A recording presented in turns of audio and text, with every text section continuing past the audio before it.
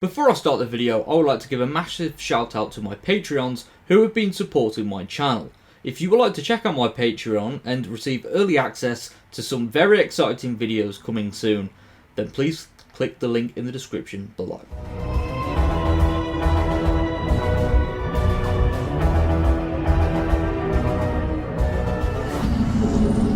Hello there, and welcome back to the Just a Nerd podcast, where I talk to people from across the Doctor Who fandom. And today I am joined by a very special guest. If you'd like to introduce yourself. You mean if I can still remember who I am? Well,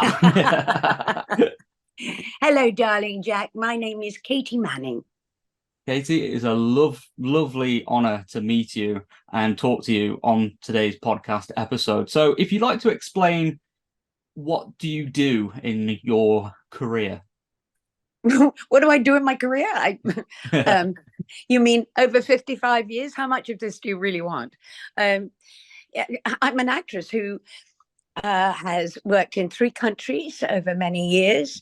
I've done everything from West End television, the Opera House, had my own chat show, directed, written Not a Well Woman with 26 characters, which I did on stage. I've done probably over 100 different plays in 3 different, and so many audios. And in Australia, I was doing a huge amount of, I do lots of voices, you may have guessed that.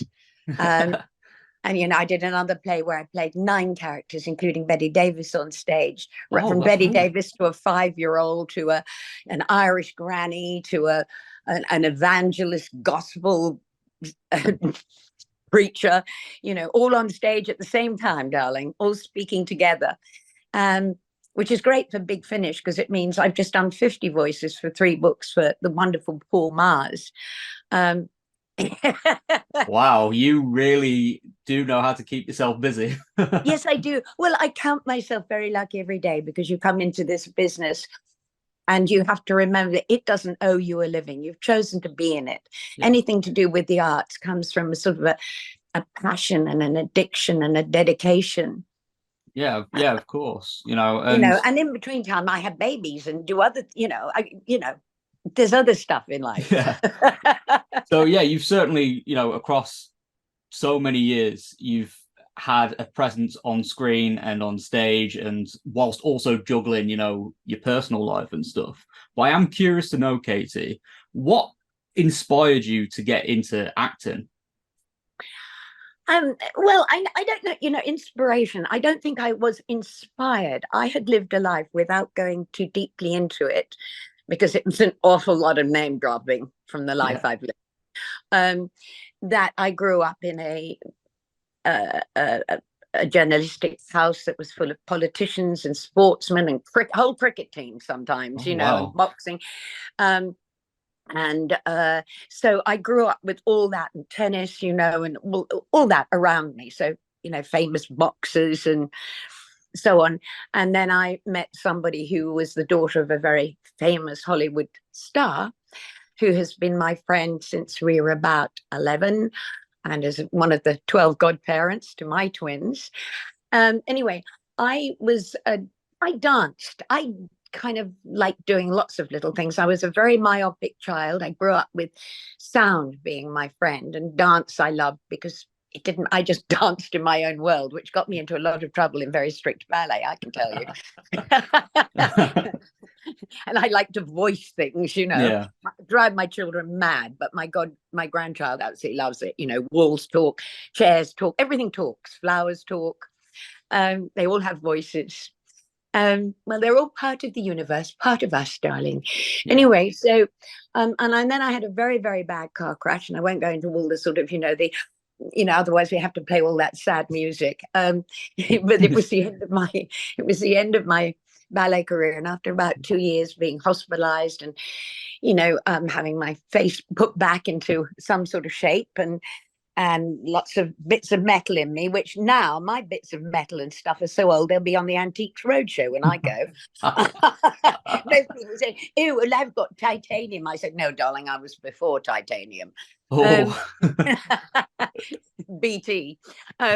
Anyway, so that, takes a huge amount of life away from a 16-year-old. And I'd been living in America, and prior to that I'd been offered a, not looking for it, but my sister was a top model in New York. And I'm trying to speak as quickly as I can because you've asked such a big question. No, that's okay, no problem. Sometimes people have an easy answer, but I'm afraid no, mine isn't. Anyway, and MGM, flew my parents out. And my father said, well, if you sign it, you can be contracted for 5 years and do nothing. You can do a film and blah, blah, blah, And one never listens to one's parents. That's, that's part of growing up. Yeah, it even if is. they're cool and groovy parents like mine were, you got to find something, Yeah. Anyway, I did listen, and I felt, no, I didn't want to be in America, and I didn't want to be doing that. And I came back. Then I had the car accident. And so that was over 2 years of my life. And then one day I suddenly thought, you know what? And I had to learn to walk again. And I was in special places, in wheelchair, I went through the whole thing. Yeah. And my face was slowly reassembled along with my body. And I've always realized, I've always done the voices. I've always been, I guess, doing things at plays all by myself. I never wanted an audience or anything. and and I thought, you know what? I can't dance anymore, which is just as well for the dancing world because they won't miss me, trust me. I'm going to just audition for every drama school they can, and whoever takes me gets me. Yeah. And I realized when I was there that, of course, and everybody said, even my father in his last broadcast and all my friends say, we always knew. I didn't. I wanted to be a dentist. I wanted to be all sorts of things. I wanted to be a vet. I wanted, but that was always right at the core of my being. And it took that for me to actually go, yes. And so I did. And I behaved myself as well as I could at drama school. But I hadn't been used to, because I left sort of proper school at 11 and went to a school where there was only like 9 students. So there I was with all these fabulous people. So it was very easy to be naughty. Oh, of course.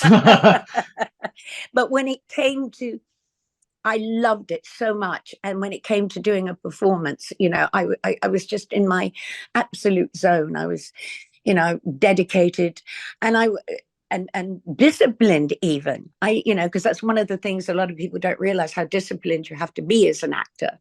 Whatever's going on in your private life, you have to go in and do your job regardless. And in my day in the theater, if you were late for the half, you were fined. Yeah. And, you didn't just say, oh, I don't feel well today, I'm not turning up. You'd have to drag yourself on with a broken leg, which I've done before now, and a nose that got broken on stage, and my children sick in hospital and sleeping. You really got to be very, very disciplined, dedicated, and organized, which is not something people see in me, but it's very strongly in me. No, it's really nice to hear, all of the backstory that pushed you into taking this career path into acting. And you mentioned as well, like, especially back then, like how, I guess, on the ball you had to be with performing. How did you prepare for performing and stuff like that? Well, you learn the lines first of all, honey. Yeah. When you're playing, say, multi-characters, which I've now done quite a lot, you kind of have to understand the complete workings of each character, so that without a breath, your whole physical being can become that character. And then another one interrupt it. So you have to be really in charge of their journey, their emotions, everything they've been through in their lives. If you're, and especially if you're playing one of the characters, which was Betty Davis, I had to really find her. Yeah. And beyond just, it's not about just a voice. Yeah. You can't do voices with just a voice. That's just sort of, very clever. People can do that, but there's a lot more to it. You've got to find the heart, that very way of thinking.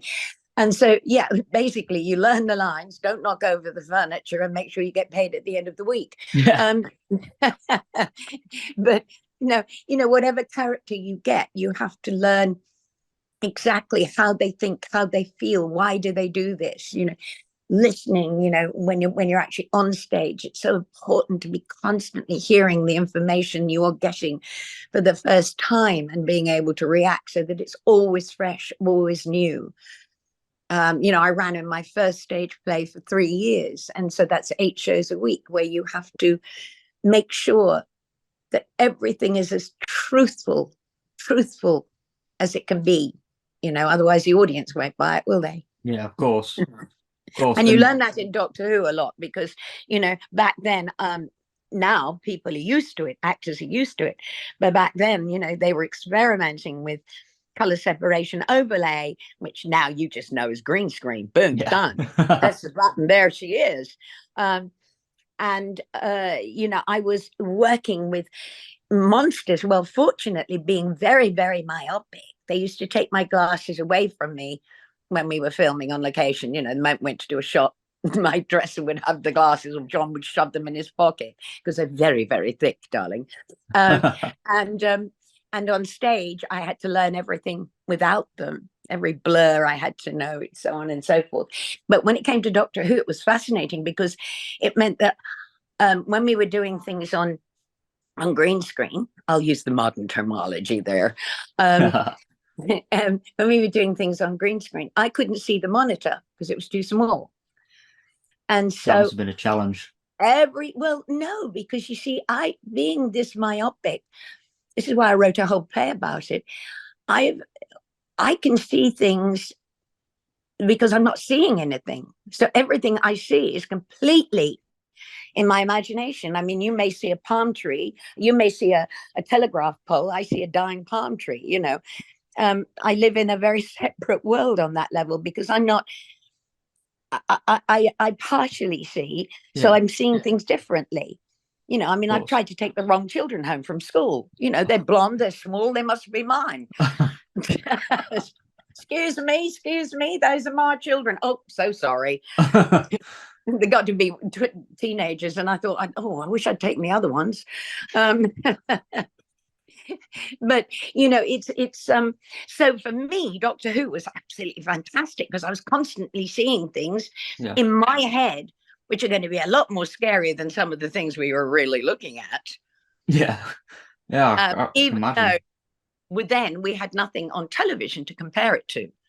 When people try and watch what do we call it, classic, I was going to say vintage, that would have gone down well. When you watch classic Doctor Who or classic television in any way, you have to watch it from the eyes of that time. You can't watch it and compare with what we're to do now, which people still do. Oh, look at the wobbly walls. Mm-hmm. Well, you got wobbly walls and everything then, but you didn't take any notice of it. Exactly. And I think when it comes back to looking at what is deemed as classic Doctor Who now, it's always good to appreciate it from the time that it was made, because at the end of the day, like, those stories were unique, because a lot of the locations might have been reused. You might have been running around the same quarry or something like that. But the stories, like, the stories were amazing. Like, they really were. They really were, absolutely, right from the beginning. And I wasn't I can't say I came in, I was a massive Doctor Who fan, because I didn't have all the years that everybody's had subsequently to become. And also, it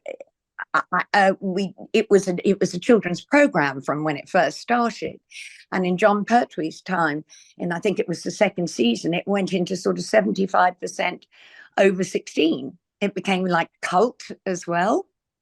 Yeah. And suddenly, there were things called, we'd arrived somewhere, and I said to John, we came down the helicopter one day, and I went, my glasses, and I went, all those people, are they going to be in it too? Are they extras? And he said, no, I think they might be called fans. Oh, really? Now, I'd seen a lot of fandom, having lived very much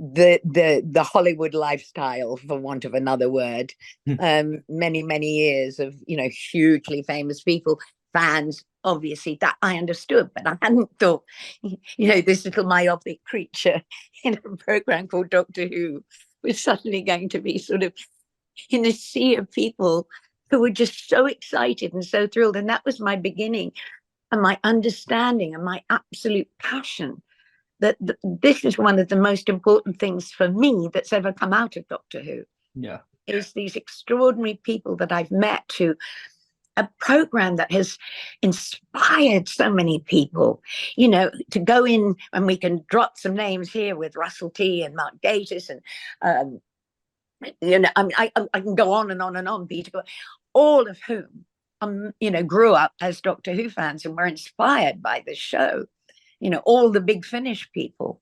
And also for people who were having the most traumatic childhoods or very difficult times with illness and so on, it gave them this marvelous escape to somewhere which was really scary and really adventurous, that you always knew you were going to be safe. Yeah. You were in the hands of, you know, this extraordinary human being. No, it wasn't a human being. This this extraordinary alien. Yeah. In a police box. I mean, if that doesn't make you feel better, nothing will. Exactly. And the you've name's always very got, fitting. yeah, but and to this day, I have probably put more time into being with fans and doing things like that, even outside of the show, you know, with the very young ones. I'll go and see shows that they're doing at school if I can, or help them, or, you know, because I've now got little tiny ones as well. Oh. I'm now known as Granny Joe, darling. Granny Joe. I love that. I love that. You know, I think Granny Joe sort of came about somewhere around about the Sarah Jane adventures, and she's just been allowed to get older and older. You know, I've gone from like a 19-year-old, wide-eyed, you know, not particularly, had no exams or anything, but was very bright, very brave, and offered her life for the Doctors, which was a first. Yeah, that seems amazing, and especially, you know, when you talk about, you know, the show's influence on people and how it's really like a comfort show as well to quite a few people. I just want to backtrack a little bit, Katy. Quite a few people in 100 countries around the world. Oh yeah, quite a few, and so in 100 so many countries. I get letters and fans and people come over from Russia to convention. I mean, it's gobsmacking.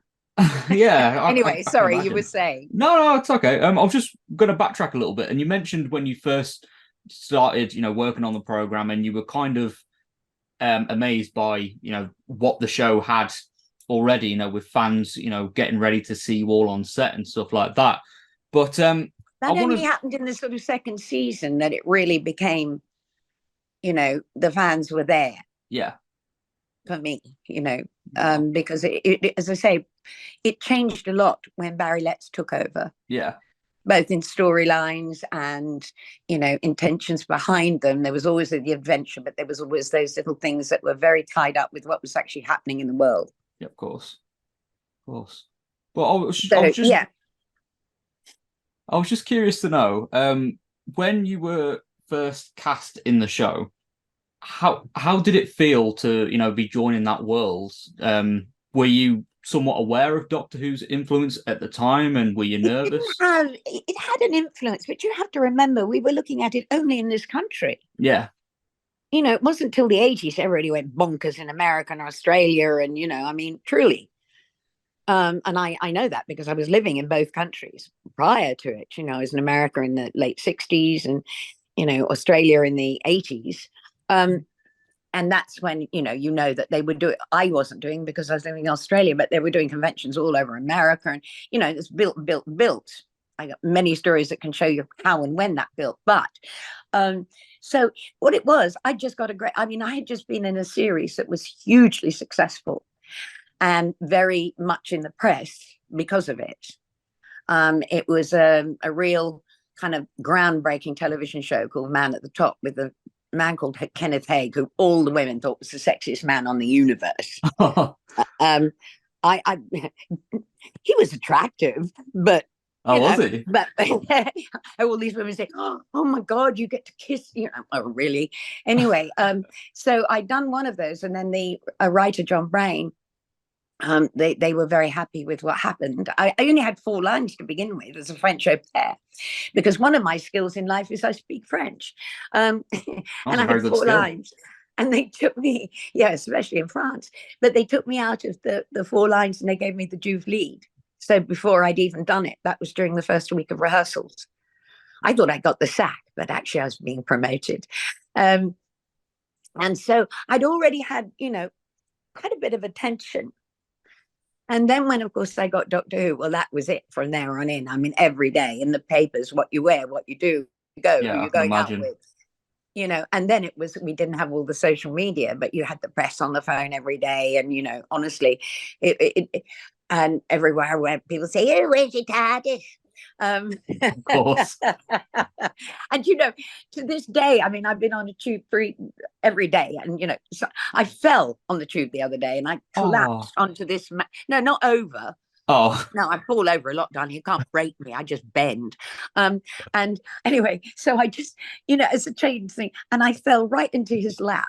And this guy looked up and I said, oh, darling, I'm so sorry. He said, well, it's not. He said, it's not every day that Joe Grant falls into your lap on the tube. And I mean, that is a bit of a unique situation.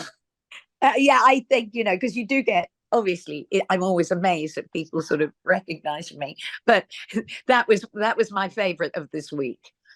Oh, I can imagine that that must have been a really comical moment. And I said to him, well, you see, I'm as clumsy as they always say I am.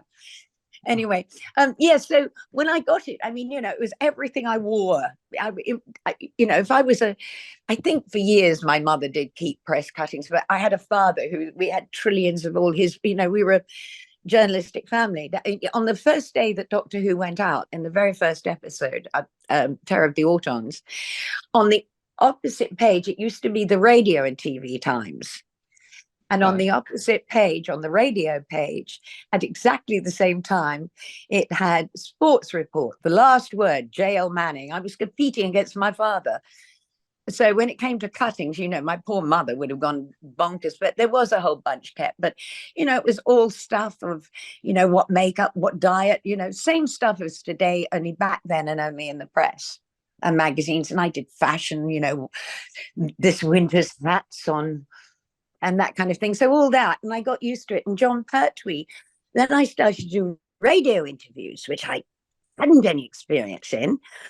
Um, and John said to me, the most important thing to remember when you're doing a radio interview is to stop everybody doing their ironing. Because if you think of a radio and you've got the sound going on it, you're often doing something else. Yeah. So he said, the most important thing is to make people go, what? Oh, that really sounds delightful. And you mentioned as well a fair bit already about John Pertwee, and I was really curious to know, Katy, what was it like working alongside John during your time on the show? Bliss. Really, Pure bliss. pure bliss. Exciting, Yeah. adventurous. We bonded, instantly. Not only John and I, but that was, really important because we were going to be doing the most of it together. But the whole team, Yeah. it really was. And when people talk about those days, about that feeling, you, as I have directed now, and the relief of a director when they realize they've cast it and they've got the right chemistry Yeah. with the actors. And so John and I never left each other's sides. We traveled together, we ate together, we enjoyed each other's company so much. We laughed. We were childlike at times and grown up occasionally. Well, John was. Um, um, and the whole team, we loved being with each other outside of actually working. Oh, that's So really that nice to hear. speaks volumes. Yeah. And, 'Cause- John, I even went on holiday with John and Ingeborg, with my boyfriend and everything for 2 weeks. That's how much we all liked each other. oh, that's lovely to hear. And I That's think really that nice. it shows and I was very lucky to have a mentor in as a very young, I mean, I'd done one television show, and one little Softly Softly. So that had been the extent of my career since I left drama school, and I went straight to work after drama school. And miraculously, um, um, and John taught me so much, because if you love something, Yeah, you don't just love it now. You want to know all the history of it. of course. In the same way as when I was working at the BBC, I didn't want to just do the acting. Yeah. I was in every department, special effects, sounds. I got really close friends with everybody around. I went into editing suite. I wanted to know everything about everything. And it was the same having someone like John. He told me and showed me and so much about acting way before I was, ever even thinking about it, because there was a slight age difference.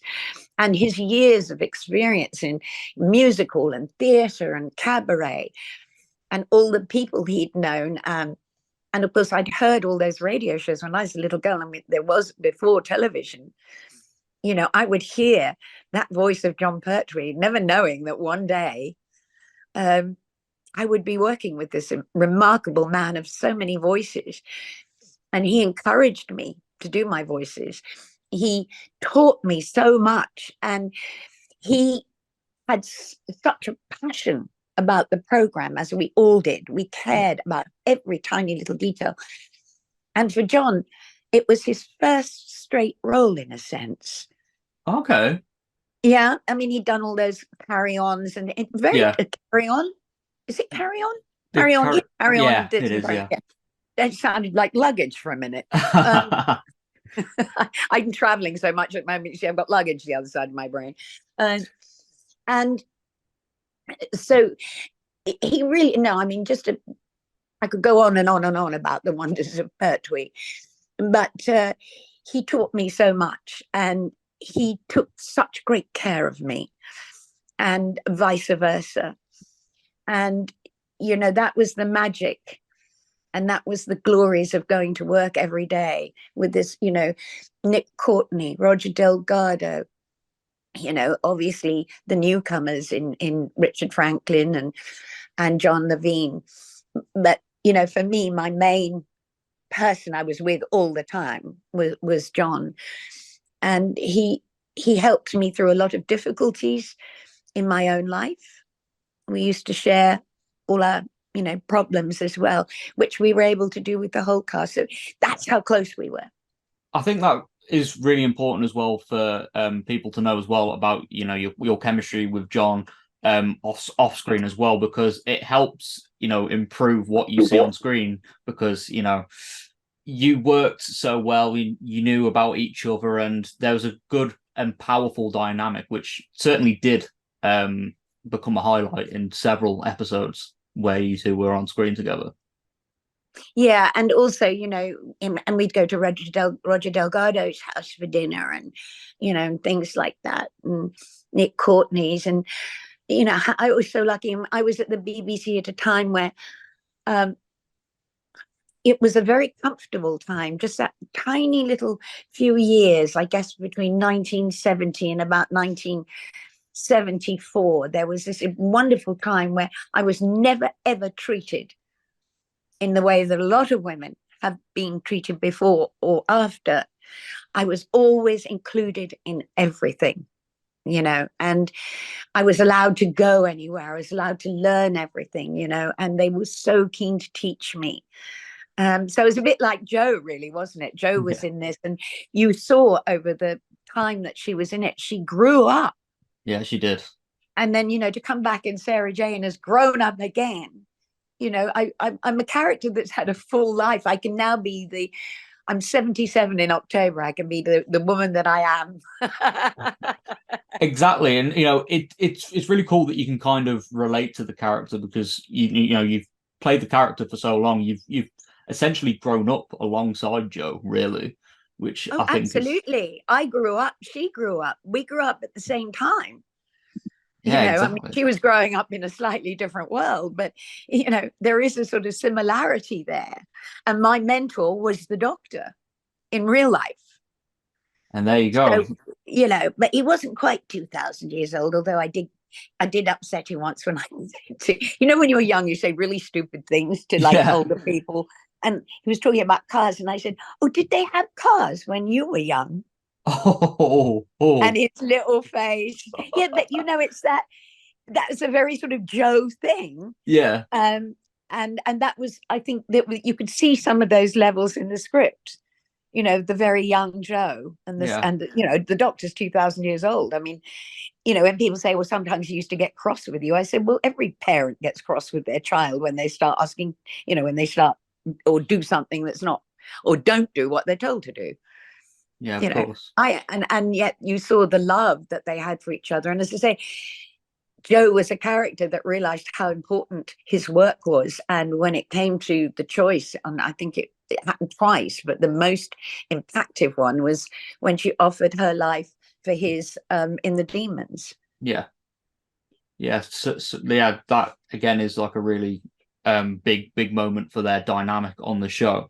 And just to fast forward it a little bit, you, John, and the rest of the Yeah, cast. this will teach you to interview old people. No, it's been lovely. It has Fast been lovely. forward it, dear, because it's very long and I don't know that you're going to get to the end. Yes, Oh, sorry. oh no, it's okay. I've got plenty of time. Time, as the doctor would say, is infinite. Oh, Should we time say? doesn't exist. Doesn't exist in my life. I know where I've got to be and when I've got to be there. I can't stand all this. Oh, it's 2000 and I don't care. I Exactly. mean, it's not going to change my day knowing that we're in 2000 and whatever we are. Exactly. It's the least important thing of the day. But you, John, and the rest of the production team at the time were part of a big thing for the show, where you all were part of the first anniversary special called The Three Doctors. And I'm curious to know, Katy, what was it like working alongside Patrick Troughton, who was part of a previous era of the show? Oh, wonderful. Absolutely. What a joyous, glorious human being he was. And I then later worked with his son, Oh, who played the prince in Peladon. That was yes. David Troughton. And then I'm now working with Michael Troughton. I've done audios. I didn't play Joe. I played, what did I play? A sight? No. What are the ones that hiss a lot? Oh, is it the Ice Warriors? Yes, I played an Yes. ice warrior. So I'm hearing, what's amazing is hearing him doing his dad. I mean, Yeah. it's like now working with Tim. I get little goosebumps, and sometimes I kind of come out of my wherever the reality, whatever reality is, or whatever reality I'm in, and I get that feeling back of that, of those people. So extraordinary. That, as I say, Tim is just, well, he and I get on like John and I got on for a start, but he's also got the heart. He's found so much more of John than just doing the voice. It's not just an imitation, it's way more. And listening to Michael and having actually worked with both of them, I can truly say, it takes me back to that day, when I first met Troughton. And I hadn't met him before, but I had seen some of Troughton's Doctor Who. Okay.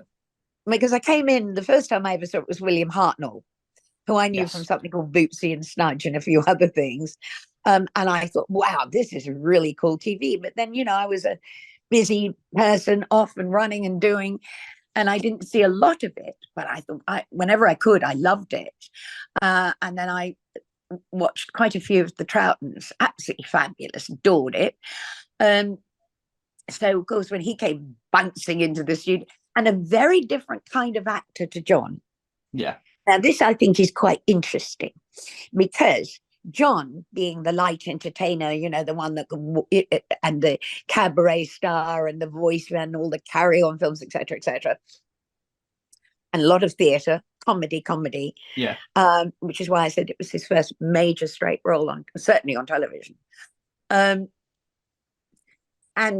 you would have thought he was the one that would have, been able to play around with the script.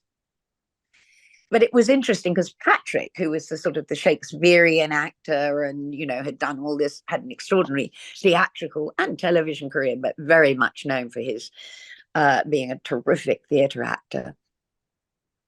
Oh, It that's was really kind cool. it was the reverse, because there was I think there was just a very, very short period of time, maybe 20 minutes, where you got two actors playing the same character that had never happened before. Yeah. And they were sort of sniffing around each other a little bit. If yeah, you know, I use that not too pictorially. They weren't literally sniffing around, but but that feeling of, you know, just how are you going to work? How are you work? Because they're playing the same character, but obviously they're putting the other heart into it from them. Yeah.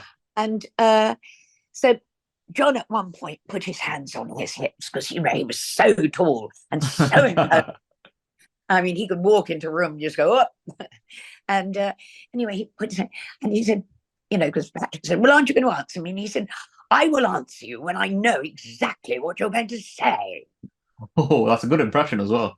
And so there was this, and it was just, you know, and then boom, it just, because John liked very clear cues, dialogue, and, you know, because there was a lot of science talk, and that sometimes I had that written on me, you know, when John could, you know, written on my hand or in the lid of a box or something like that. You know, it's a lot of scientific, and we were working at enormous speed. But within seconds, these two extraordinary actors were just delicious to watch. You know, absolutely delicious to watch. And I remember I did actually at some point get the really bad giggles. I think I actually had to leave the rehearsal room. I don't know, somebody said something, and you know, that thing when you can't stop giggling and you can't tell anybody why because it sounds stupid. Yeah, I've had that a lot. and I had to sort of go and recover myself. But it was the most wonderful experience. It really was. And yeah, a first, you know, and quite a brave choice, you know, to do that. Yeah. You know, when people had the format of it, you know, regeneration, etc., etc. Yeah. We worked with some amazing actors. That was the other thing, working with such good actors. And the technical people, and Barry Letts and Terence Dix, I couldn't have asked for two more wonderful, caring. If you had any problems or script, they would always listen. In fact, Terence would get very, very excited if you had a script problem. Right. Now, what are we going to do? Right, you want to change? Yes, no, we can change that. Right. It was really. They were like Morecambe and Wise, you know. If you saw one without the other, it felt weird. Yeah, I can imagine. And yeah, they, you know, they parented this show. They absolutely did. You know, if the fans had seen how much went into everything we did in such a short period of time, and we always did the filming first, so before you'd even, so it was, it was a wonderful time, and the Three Doctors was an absolute honor. I'm so glad I did it. Yeah, I can imagine as well back then as well when you guys were all filming for that episode, and it was a bit of a unique premise as well because it's, you know, especially with like, you know, James Bond, for example, you know, you never see two James Bond actors interacting with each other really. No. Whereas like Doctor Who, because, you know, the whole time travel sort of thing, it has the freedom to do that. And when it did it for the first time with you know, Patrick and John working together, I imagine that probably felt like, oh, is this gonna work? But it did, and it laid down the foundations for, you know, for the 50th, where, you know, Matt Smith and David Tennant were working together. Yes, exactly. And what was very touching, I think, was the fact that William Hartnell at this point was extremely ill. Yeah. And he was in, you know, I don't know whether it was dementia or Alzheimer's, but, you know, so they put him in this bubble. Yeah. And when you think that remarkable man who was the footprint to everything that's come later, and that had made him a household name, even though he was extremely well known prior to doing it, but amongst a totally different audience. and this was his swan song, and I found that very touching. Yeah, certainly. Like, and like as you said as well, because William Hartnell was, the guy that started it all. He started this show that's still living, breathing, and Well, thriving he was, today. yeah, the paper pattern to which many, many doctors have now cut the cloth. Yeah. Yeah, exactly. And that's always important to remember. And despite him not having as big of an involvement as, Patrick in this episode, it was still, good to see him there. And it's also good as fan service, really. It was wonderful. And as I say, you can imagine if he was aware of it, that, he died fairly shortly afterwards. And so I Yeah. think that, a wonderful way to go. Yeah. As an actor, we always think of, like, can I go on stage in the last act? Yeah. Oh, that's really lovely to hear as well. But I want to talk about when you decided that it was time to leave the show, Katy. And I was wondering, was it a tough decision to leave, or were you ready to move on and try other things?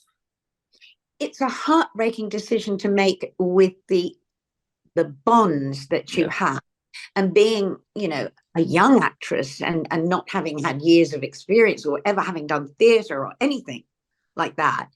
Every day, John would pick me up outside the house, and it was, and we'd either go on the motorbike or in the car or whatever, to rehearsals and to suddenly, this has become like a comfort for me as an actress. Yeah. But at the same time, there was this piece in me that I really knew two things. Yeah. One, that I really had to find out if I could make this a career, even though I'd done this already, is still that thing, you don't know what's going to happen. Of course, yeah. And, I had to be quite brave to think, okay, I can do this. This is scary, but I'm going to do it, because scary things are always going to have better results. Exactly. It's just got to put the foot out there and go, what's the worst thing that can happen? So, and I also felt, and I think this is right through Doctor Who, if you think about it, if you keep the companion too long, it becomes predictable. Yeah. And I think, but it was also John was coming to the end of, as you know, a year later he left. Yeah. And I think, that it's like, good things that are working. Sometimes if you end them before they become predictable and just carry on. Yeah. And I think you'll notice with all companions, they stay for as long as they stay, and it's usually not that long. Some have only done a year, and some have done 3. It varies, but it's never much longer than that. And I think, putting my director's hat on, and my producer, no, I'm a producer I'd never want to. I've done everything else. I've written, but not produce. But to put that hat on, I think you do have to keep it current, keep it changing, keep it moving. Jo was very much a woman of her time, a girl of her time, and so you needed something else, maybe somebody with a slightly different edge to them, which of course the wonderful Liz had. And then she found her perfect partner in Tom. Yeah, certainly did. And so I think there was a feeling that, John was beginning to feel that way. I was ready to accept it and to go. And of course I did. And I went straight in to working with Douglas Camfield on 2 television things, who'd never directed me in Doctor Who. And a dear friend and another god of the 12 godparents to the twins. But he became he rang, and the first thing I did Target with Patrick Moore, where I played a junkie, in a thing called White Elephant, which was a very hard hitting piece of work. You can see some of that. I was playing very much for real there. And then I was cast as in the first court case between a lesbian relationship on custody of children and so on. Yeah. So that was heavy hitting. And then I was also doing Serendipity, which went out on Sunday afternoons on the BBC, teaching people arts and crafts. So you certainly had a variety of But I just roles. have to tell you, at night, I was going to the Edinburgh Festival and I was playing a 16-year-old mass murderous girl guide. What? Wow. So weaving an epoxy resin and then boom into my little girl guide's outfit and bunches. Wow. Certainly all a departure from Joe Grant. Very much so. And that was said in quite a lot of the newspapers. Yeah, I can imagine.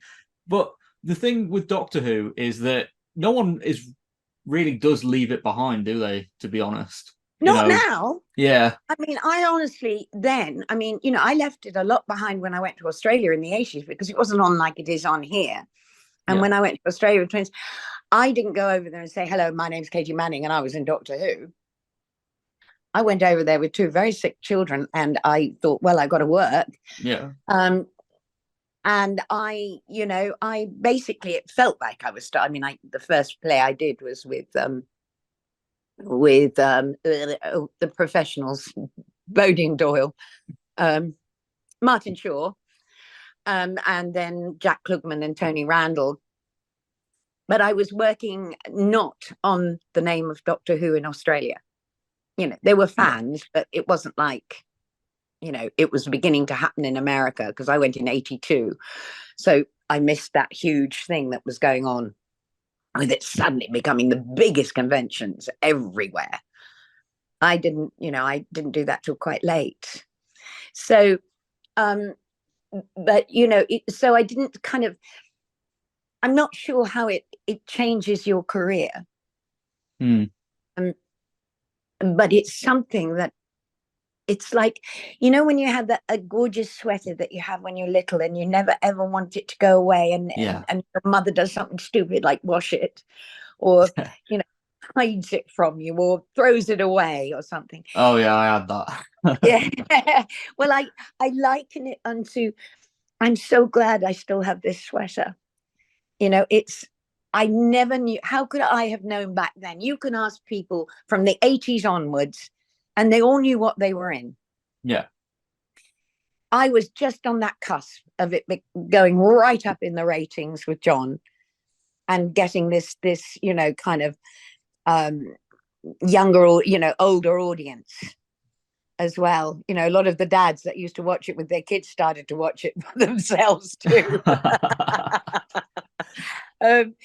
But yeah, so it's an extraordinary thing for me to see. I think the further you go back, it's like, I know when people like who were on stage, anybody who was in it, Wendy Pabry and I, and they were sort of saying to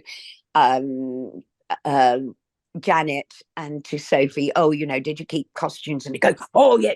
We went, why? You have to look. We were why would I have kept why would I have kept props? Yeah. Why would I have kept anything from the show? You have to look at the difference just those few years made. I can't imagine, why would I have, and I know I had a couple of things that I got from the show, but they got, I don't know, lost in a flood in the cellar or something. But I had all the scripts too, and that I was disappointed because all the scripts that we'd all written on, John and I had written notes to each other on and drawing. And Nick had come along with his color and they all went in the flood, Oh. But it didn't, when it happened, I didn't think, oh gosh, isn't that terrible? Of course, yeah. For me, it was a job done. Yeah. I didn't know that years and years later that I'd be plastic figurines, that I'd be on a sheet of stamps, that, in a Mr. Man book. I mean, who knew? Who knew that I'd be writing short stories for a Penguin book? I mean, I knew none of this. There was no inkling. And John actually said once in public, so it's not like he actually said, oh, well, after Tom, I think it'll all come to an end. Really? You have to, the time we were in. Yeah. But then, of course, Tom, it showed that it went up in the ratings again. Yeah. And then it plateaued for a while. Yeah. Um, and the wonderful break that it had, and everybody was marvelous. But, right, I think Doctor Who every now and again needs that like change of team, like Yes. Barry Letts coming in and sweeping it all out, and then someone else coming in and making, and then that break, although everybody was complaining about it, it gave it that time for the right person in Russell T Davies Yes.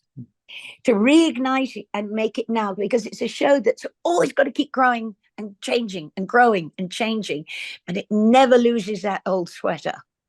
No, it certainly doesn't. And whilst, yeah, the teams change and, you know, in front and behind the cameras, Yeah, it always keeps that same DNA, the same it template. sure does, Yeah. darling. It sure does. And but as I say, so for me, and as I say, if you talk to people like that were in the earlier shows, well, you Yeah. can all say the same thing, that why would I have kept a costume? Yeah. Yeah, exactly. And like as you There said, was no internet, so you yeah. weren't going to suddenly say, "Would you like an old Joe Grant frock?" Yours for only 2 and 6pence. Um, we didn't have any idea of the value of all the ephemera that came Yeah. out of it, because there was none. Yeah, I mean, people found exactly. abandoned Daleks in, odd play. Nobody, it wasn't, they got rid of episodes. Nobody, it was gone. Yeah. And that's the thing, because like as you said, you would literally just before Doctor Who, went even higher in ratings and stuff like that, and when it started getting even more popularity. Obviously, when the show, as you said, took a break and it came back in 2005, that led to a spin-off show called the Sarah Jane Adventures, which Torchwood, and I've done two Torchwoods as Joe Jones. One yeah, I played Joe Jones in, and the other one that was in the Green Knife with and then the other one, I played a great big evil cockroach that ate her own children, called Mother Nothing. blimey. So yeah, again, a different variety of roles as well, which I mean, on audio, obviously, yeah, of but course, coming back, with the spin-offs. I mean, because it was another spin-off before the Sarah Jane Adventures. I think she did another short one, which didn't, and then the Sarah Jane Adventures just clicked, and yeah, it was marvelous, and it was, and of course, lovely, um, lovely Brig came back into it and yeah, everything.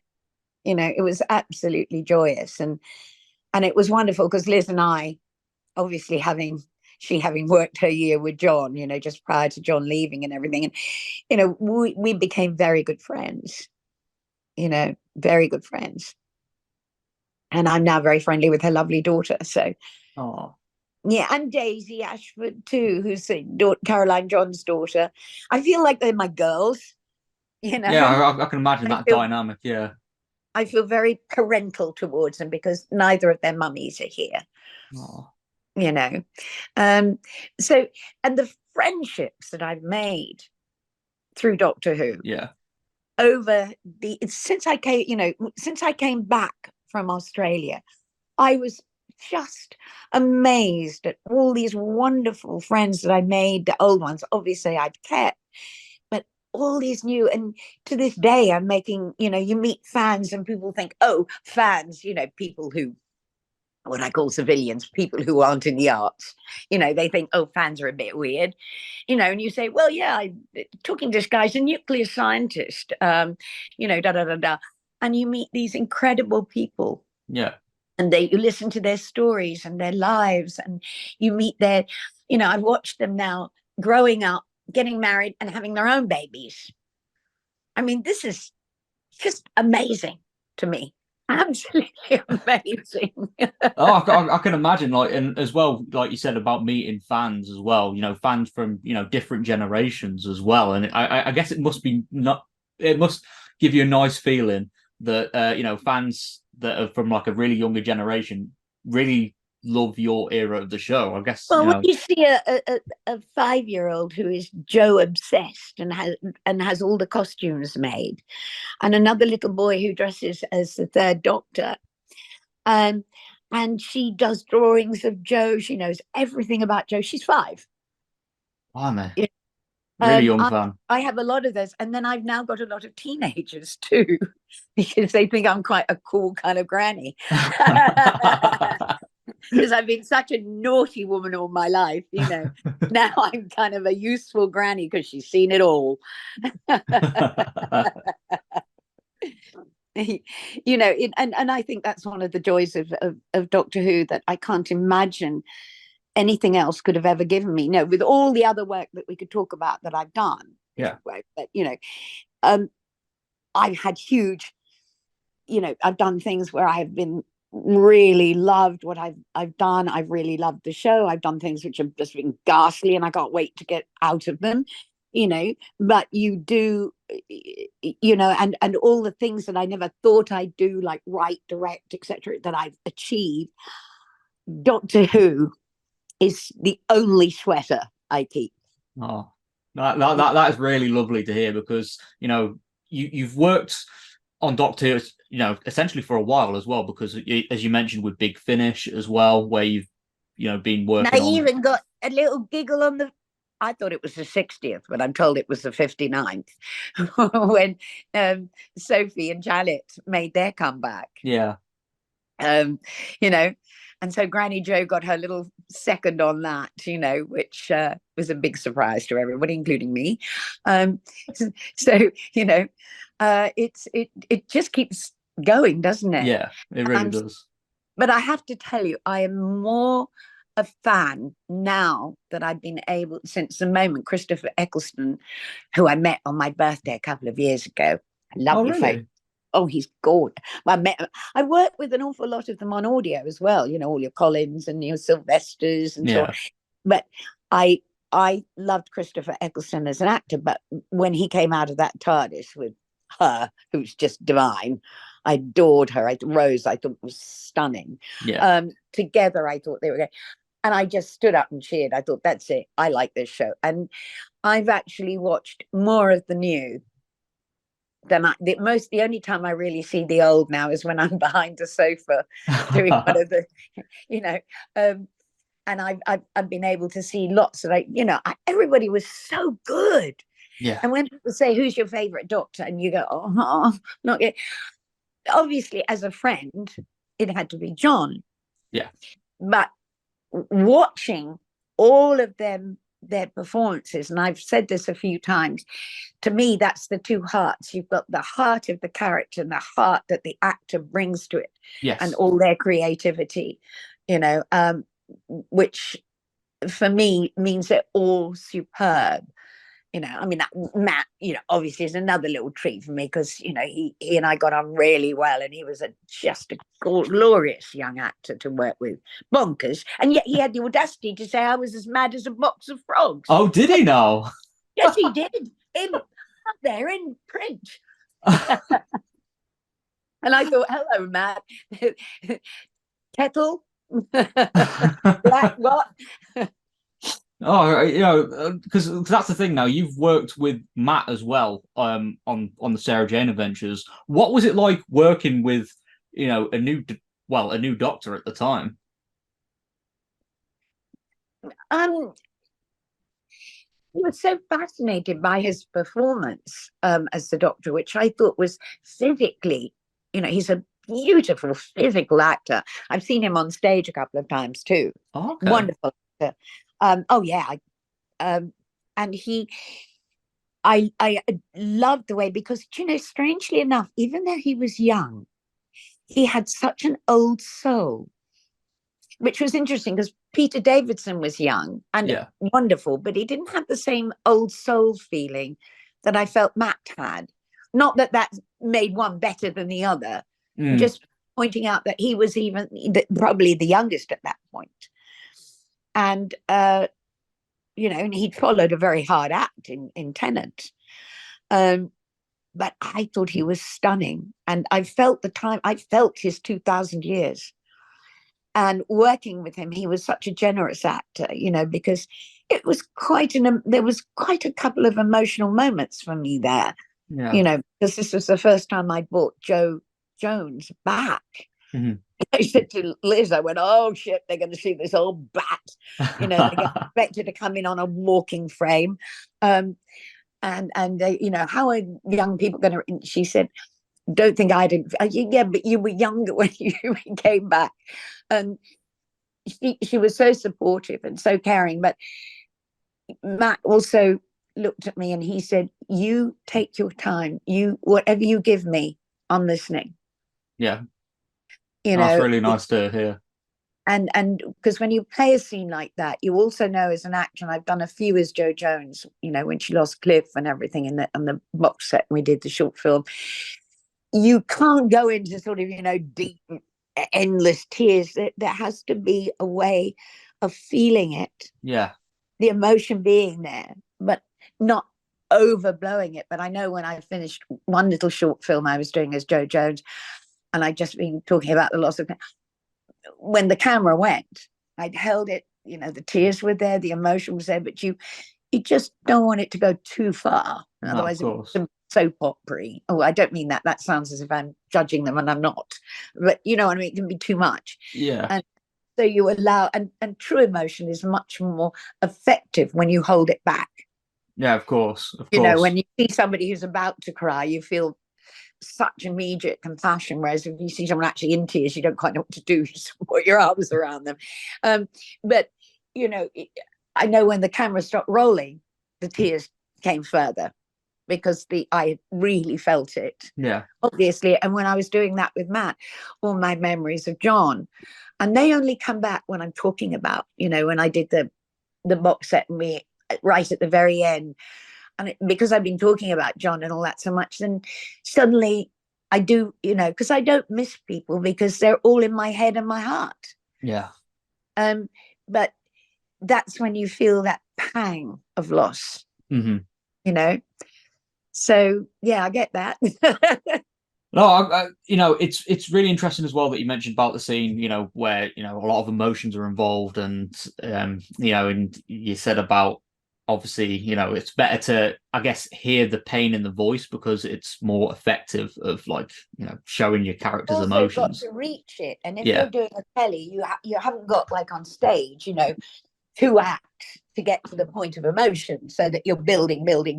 yeah, You are in that moment, and you have to take it from the first part of when you start to talk, how your voice, and you can't quite get there. And that's because you always try to hold tears back before you let them out. yeah.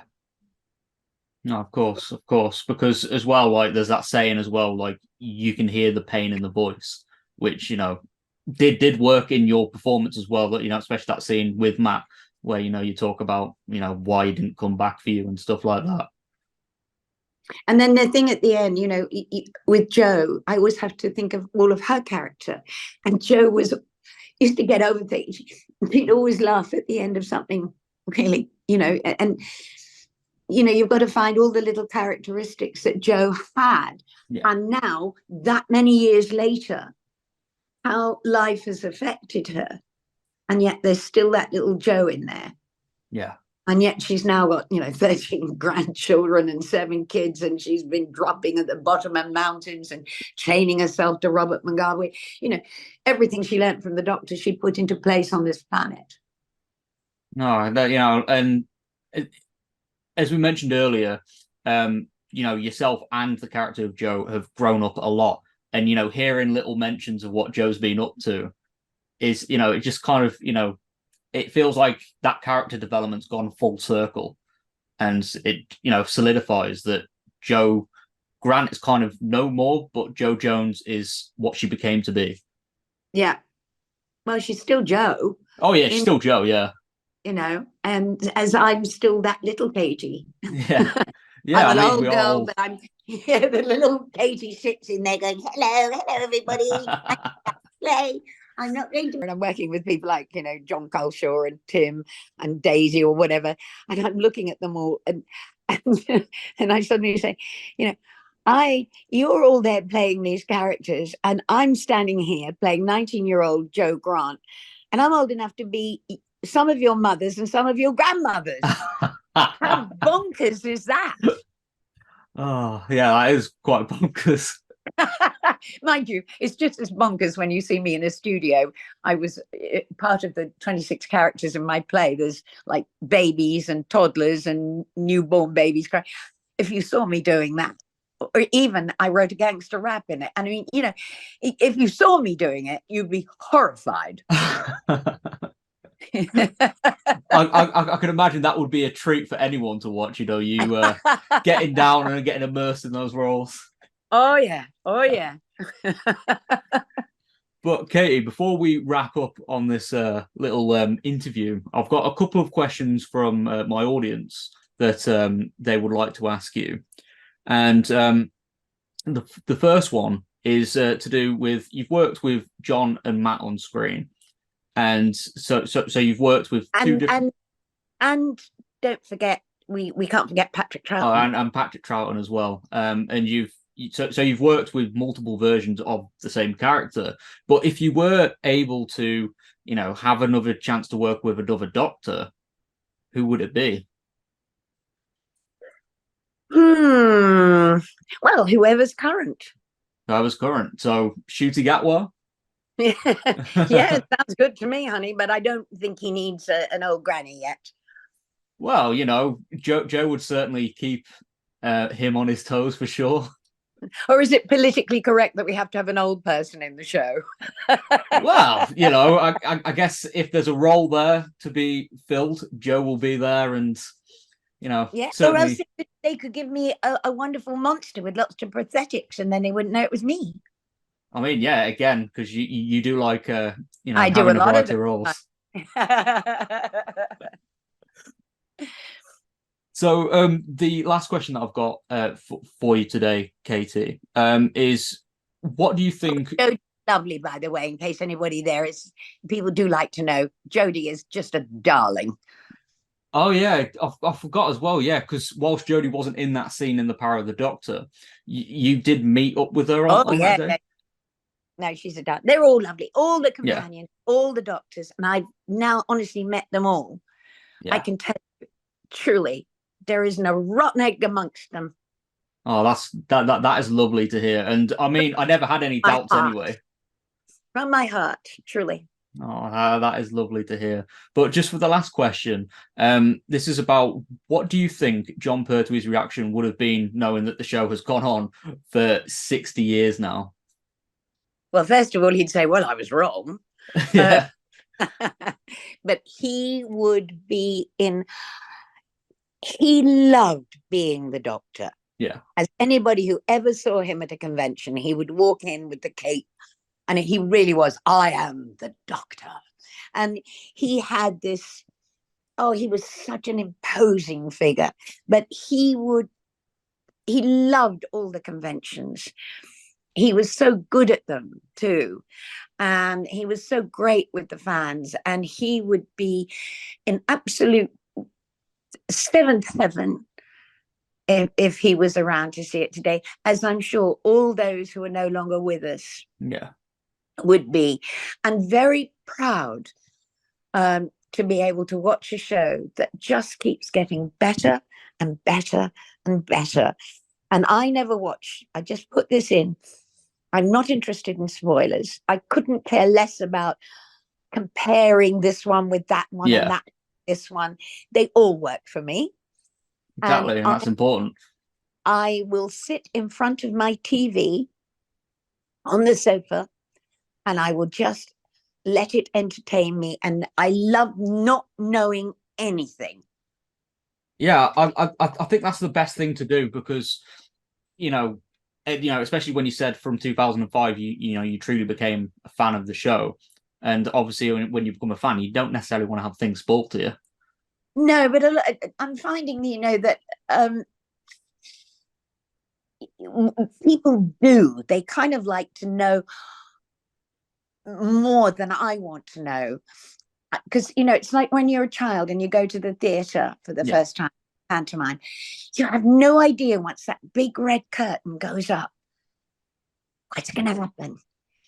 Now, if somebody said to you, "Oh, well, I saw a bit and I saw, da da da da," and you've already planted a seed in somebody's head.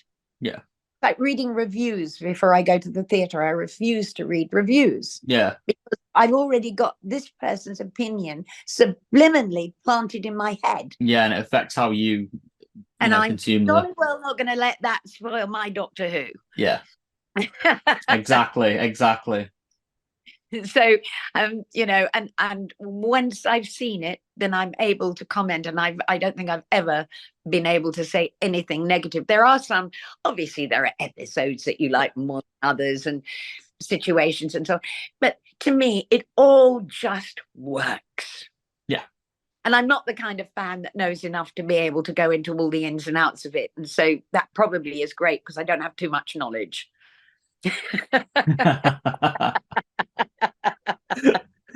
You are an incredible young man. Oh, thank you so much.